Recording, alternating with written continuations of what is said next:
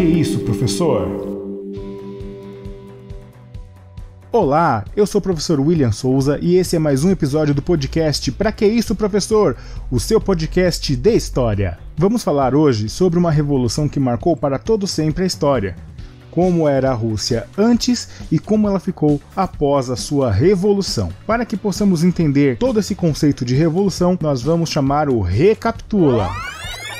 A Guerra Russo-Japonesa foi um conflito travado pela Rússia e pelo Japão no começo do século XX, mais precisamente entre 1904 e 1905. Esse conflito aconteceu por conta da disputa territorial entre os dois países pelos territórios da Manchúria, Port Arthur e da Coreia. O Partido Democrático Constitucional, que era o partido da burguesia e da nobreza liberal, era favorável à continuação da guerra e ao adiamento de qualquer modificação social e econômica. Essa guerra, ela marcou a decadência do czarismo.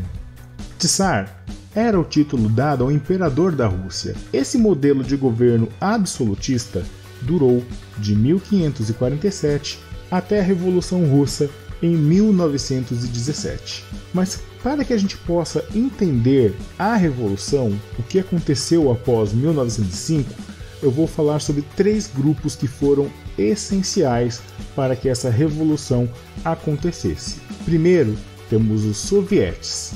Os sovietes, que em russo significa conselho, era o órgão criado pelos trabalhadores e soldados russos durante a Revolução de 1905.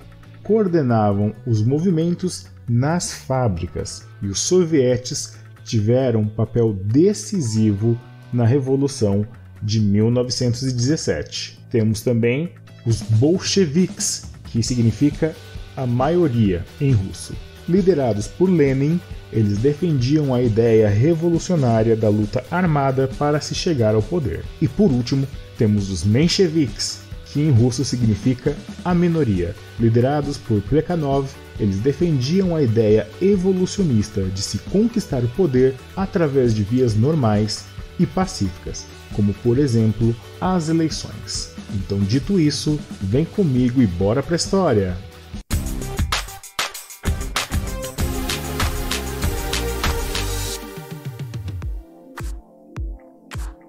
Na Rússia, a monarquia absolutista se confundia com o Estado. A grande maioria da população era de camponeses, com condições de vida péssimas, moradias ruins, alimentação pobre e ainda na maioria dos lugares não havia nem mesmo escola. A maior parte da população era analfabeta. Porém, nas cidades, a situação também não era muito diferente, com pessoas vivendo em casas sem condições de habitação.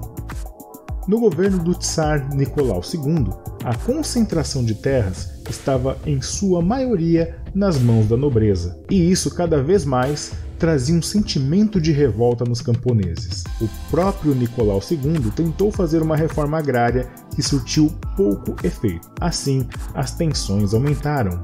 Na Rússia, a falta de liberdade era muito grande. A oposição ao governo era reprimida. A polícia política controlava o ensino, os meios de comunicação e os tribunais.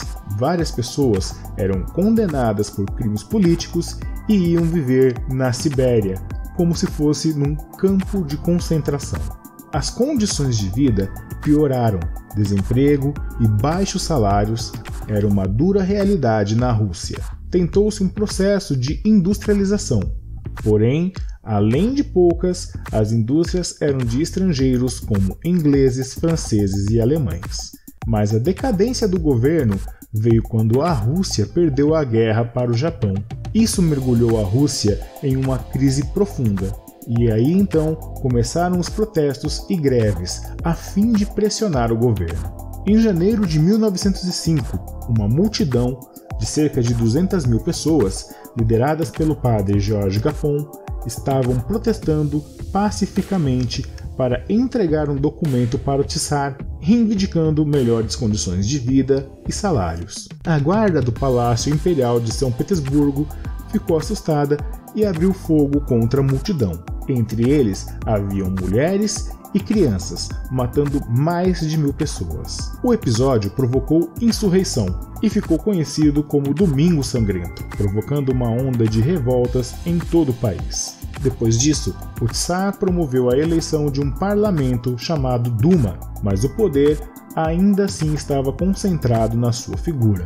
As ideias de Marx e Engels, pensadores alemães do socialismo, começaram a ganhar corpo na Rússia, e elas se tornariam base da revolução que estava por vir. O governo ganhou tempo, mas em 1914, a Rússia entrou em guerra contra a Alemanha e a Áustria-Hungria na Primeira Guerra Mundial. Nicolau II achava que poderia expandir o seu império, mas foi bem pior. Houve o agravamento da crise, e em 2 anos e meio, mais de 4 milhões de vidas foram perdidas. Ainda assim, trocando os pés pelas mãos, em 1915, Nicolau II assumiu o exército e deixou o governo nas mãos da sua esposa, a imperatriz Alexandra, e de seu conselheiro, o monge Rasputin. Em 1917, a situação já era insustentável. Havia falta de alimentos, mais desemprego e greves. E em fevereiro daquele mesmo ano, uma multidão, com o apoio da polícia e do exército, pressionou o Tsar Nicolau II a abdicar do trono. Um governo provisório ainda tentou governar, porém decisões equivocadas, como por exemplo de continuar na Primeira Guerra em uma ofensiva contra a Áustria-Hungria, fez com que o governo provisório terminasse em julho de 1917. E líderes como Lenin e Trotsky voltaram para a Rússia e organizaram um congresso onde defendiam lemas como paz, terra e pão, e também todo o poder aos sovietes. Lenin foi um revolucionário comunista que serviu como chefe de governo da Rússia soviética, e Trotsky foi um intelectual marxista e revolucionário bolchevique, organizador do Exército Vermelho. Em outubro, liderados por Lenin, os sovietes tomaram o poder e fizeram as seguintes exigências. Primeiro, a retirada da Rússia da guerra. Segundo, uma nova reforma agrícola. Terceiro, controle das fábricas pelos trabalhadores. E quarto, a criação do Exército Vermelho para defender o socialismo de inimigos externos. Logo depois, eles adotaram o Partido Único, que seria o Partido Comunista. Ainda de tal modo, a Rússia ficou envolvida por 3 anos numa guerra civil. Com a morte de Lenin, em 1924, Stalin, que era o secretário-geral do Partido Comunista, e Trotsky passaram a disputar o poder. Stalin defendia a ideia de que a União Soviética deveria construir o socialismo em seu país, e só depois levá-lo a outros países. Trotsky achava que a Revolução Socialista deveria ocorrer em todo o mundo, pois enquanto houvesse países capitalistas, o socialismo não teria condições de sobreviver isolado. O Exército Vermelho, criado por Leon Trotsky, derrotou o Exército Branco, formado por nobres e burgueses, garantindo a permanência dos bolcheviques no poder. Para restaurar a confiança no governo, foi criada a NEP, que permitia a entrada de capital estrangeiro e o funcionamento de empresas particulares. A aplicação da NEP resultou no crescimento industrial e agrícola da Rússia, e em 1922 foi estabelecida a União das Repúblicas Socialistas Soviéticas, conhecida como URSS, sob liderança de Lenin. Derrotado, Trotsky foi expulso do país e em 1940 foi morto na cidade do México por um assassino a serviço de Stalin. Sob seu governo, a URSS conheceu uma das mais violentas ditaduras da história, ao mesmo tempo que passava por um crescimento econômico vertiginoso. Durante a Segunda Guerra Mundial, o país seria um dos principais inimigos do nazismo, aliado dos Estados Unidos e também do Reino Unido. Após o conflito, seria alçada à condição de segunda potência mundial.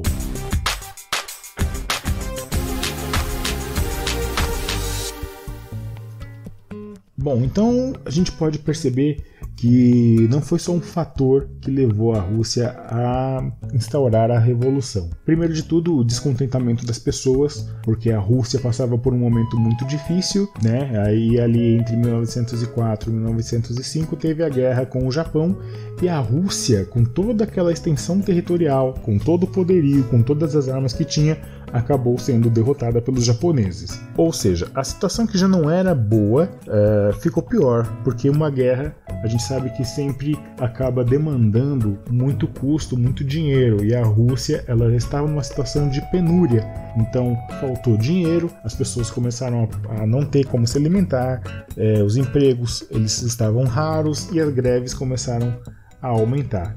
Então Nicolau II ele ficou pressionado durante muito tempo para fazer as reformas que seriam necessárias no país.